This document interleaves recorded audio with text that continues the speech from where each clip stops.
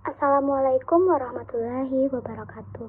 Terima kasih saya ucapkan kepada Bapak Ibu yang telah meluangkan waktunya untuk melihat hasil presentasi hasil penelitian saya yang berjudul Implementasi Program Kota Layak Anak dalam mewujudkan klaster hak anak bidang pendidikan, pemanfaatan waktu luang, dan kegiatan budaya di Kota Pariaman. Sebelumnya saya berterima kasih kepada dosen pembimbing yaitu Ibu Wewen Kusumi Rahayu, SAP MSI selaku pembimbing pertama, dan Ibu Kusdarini, SIP MPA selaku pembimbing kedua, yang mana telah membimbing saya sampai pada tahap ini. Pokok bahasan dalam penelitian ini adanya pendahuluan, yang kedua tinjauan pustaka, yang ketiga metode penelitian, yang keempat deskripsi lokasi penelitian, yang kelima hasil analisis, dan terakhir adanya kesimpulan serta saran. Baiklah, latar belakang dalam penelitian ini yaitu Kota Layak Anak ini merupakan suatu sistem pembangunan berbasis hak anak melalui pengintegrasian komitmen dari sumber daya pemerintah, masyarakat, dunia usaha yang terencana secara menyeluruh dan berkelanjutan dalam kebijakan, program, dan kegiatan untuk terpenuhinya hak anak. Selanjutnya, dasar hukum dalam implementasi program Kota Layak Anak ini adalah Peraturan Menteri Pemberdayaan Perempuan dan Perlindungan Anak, yang mana latar belakang Kota Pariaman ini adalah Kota Pariaman ini telah menginisiasi Kota Layak Anak pada tahun 2010, yang mana pada tahun 2010 ini hanya ada 20 kabupaten dan kota yang telah menginisiasi Kota Layak Anak ini.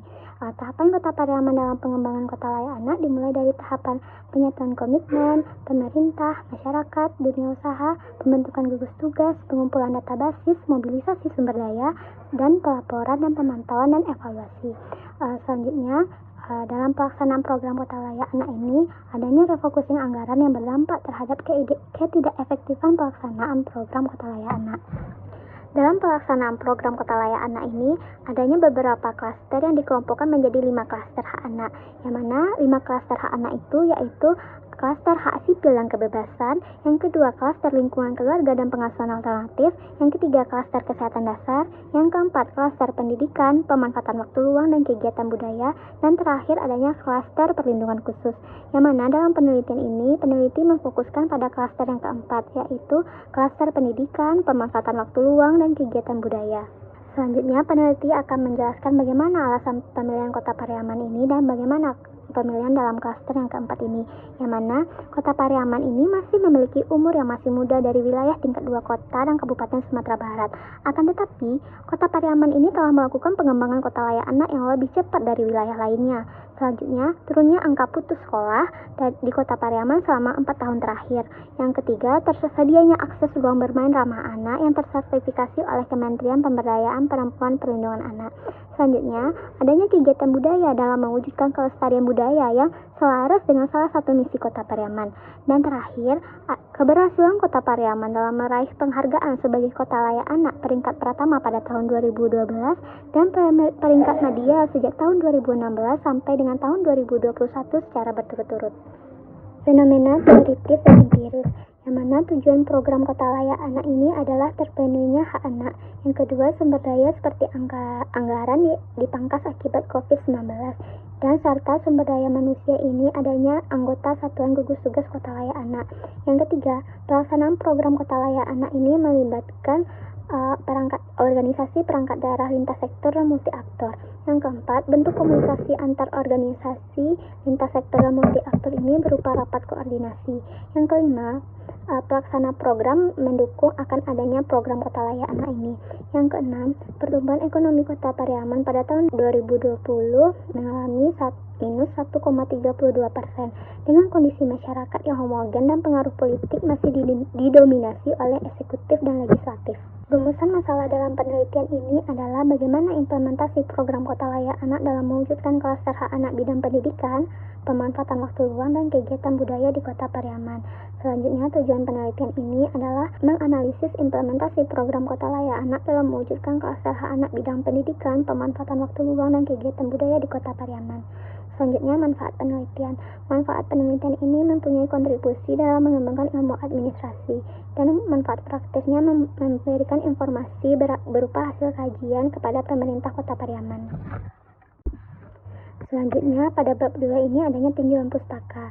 Studi penelitian relevan yaitu selanjutnya studi relevan yang lainnya yaitu adanya Studi penelitian yang relevan lainnya, teori yang digunakan dalam penelitian ini adalah teori implementasi kebijakan dari Van Meter dan Van Hort, yang mana dalam teori ini adanya 6 variabel yang mempengaruhi implementasi kebijakan, yaitu adanya ukuran dasar dan tujuan kebijakan, yang kedua sumber kebijakan, yang ketiga karakteristik badan pelaksana, yang keempat disposisi, yang kelima komunikasi antar organisasi kegiatan pelaksana, dan terakhir adanya kondisi ekonomi dan politik. Skema pemikiran dalam penelitian ini adalah sebagai berikut. Definisi konsep dalam penelitian ini yaitu pertama, kota layak anak. Kota layak anak adalah suatu pembangunan kabupaten atau kota yang mengintegrasikan komitmen dan sumber daya pemerintah, masyarakat, dan dunia usaha yang terencana secara menyeluruh dan berkelanjutan dalam kebijakan, program, dan kegiatan untuk pemenuhan hak anak. Selanjutnya, implementasi kebijakan publik, yang mana implementasi kebijakan publik merupakan tahapan yang sangat penting dan strategis dalam proses kebijakan publik. Dikatakan penting dan strategis karena suatu program kebijakan harus dilaksanakan untuk mencapai suatu tujuan yang telah ditetapkan.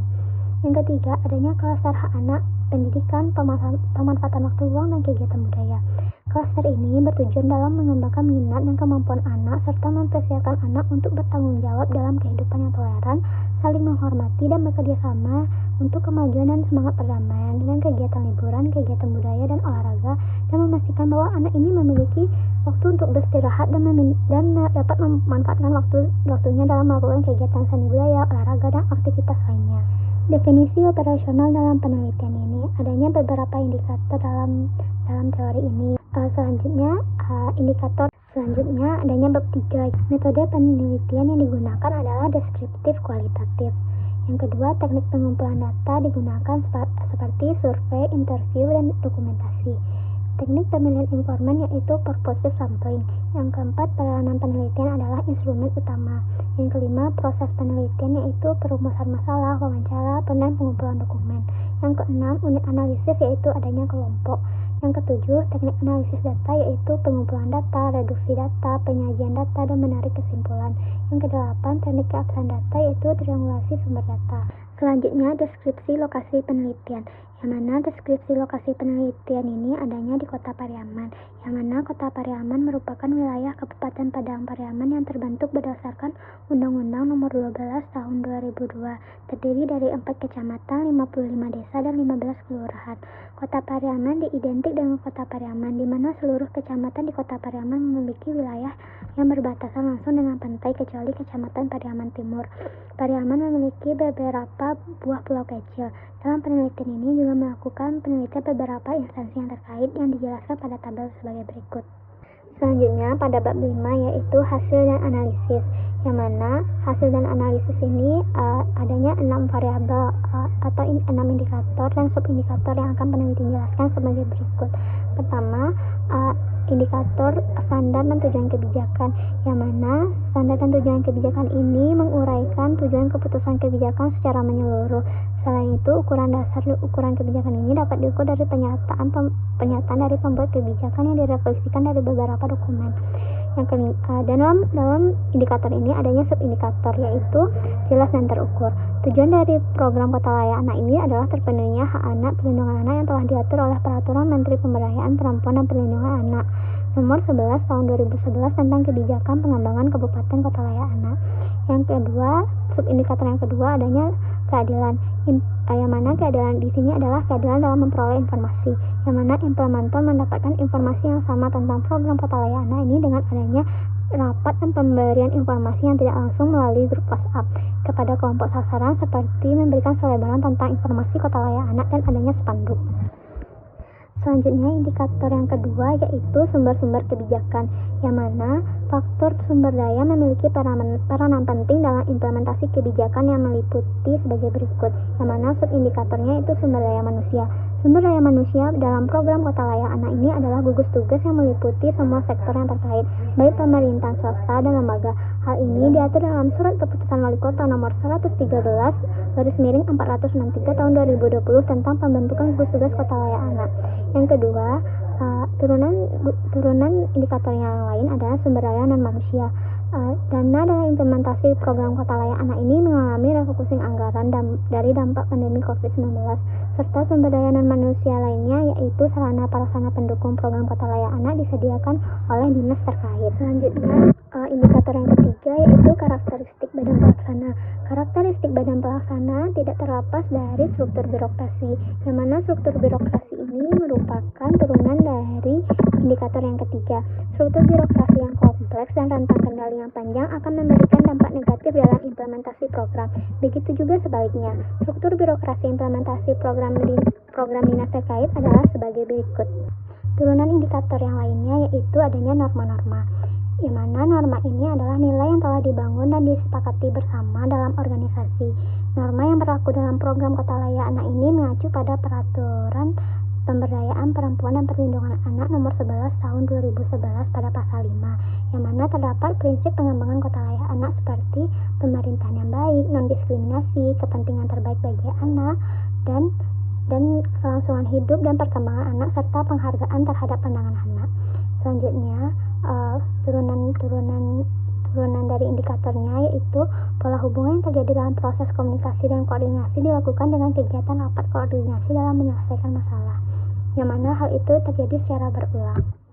Selanjutnya, subindikator yang keempat yaitu disposisi, yang mana disposisi ini merupakan sikap atau kecenderungan pelaksana, yang mana bagaimana sikap itu, apakah menerima atau penolakan dari agen pelaksana yang mempengaruhi keberhasilan dari implementasi program kebijakan. Yang mana turunan dalam indikator ini yaitu adanya respon implementer terhadap kebijakan. Tanggapan yang diberikan implementer terhadap kebijakan akan mempengaruhi komunikasi dalam implementer. Respon implementer dalam program ini sangat bagus sehingga menjadi dukungan dari implementasi program. Selanjutnya, kognisi. Kognisi ini merupakan pemahaman implementer terhadap program. Peneliti menemukan dinas OPD terkait paham akan program ini, akan tetapi pihak swasta tidak mengenai program apa yang dijalankan. Yang ketiga, adanya turunan indikator yang ketiga yaitu intensitas disposisi implementer, yang mana preferensi nilai yang berkaitan dengan keyakinan implementer terhadap apa yang diterima dari suatu kebijakan. Preferensi nilai program ini adalah pemenuhan hak anak dan perlindungan anak. Selanjutnya, indikator yang kelima yaitu adanya komunikasi. Komunikasi merupakan sebuah proses yang kompleks dalam meneruskan pesan ke bawah, yang mana turunan dari komunikasi ini yaitu komunikasi yang dilakukan oleh organisasi perangkat daerah yang terkait sudah berjalan dengan baik, akan tetapi komunikasi dengan pihak swasta belum berjalan dengan baik karena kurangnya koordinasi yang dilakukan oleh pemerintah Kota Pariaman. Selanjutnya, adanya koordinasi yang dilakukan dengan kegiatan rapat koordinasi yang dilakukan secara rutin untuk menyelesaikan permasalahan yang ada. Indikator yang keenam yaitu kondisi sosial, ekonomi, dan politik. Kondisi sosial, ekonomi, dan politik mempunyai efek yang mendalam terhadap pencapaian badan-badan pelaksana.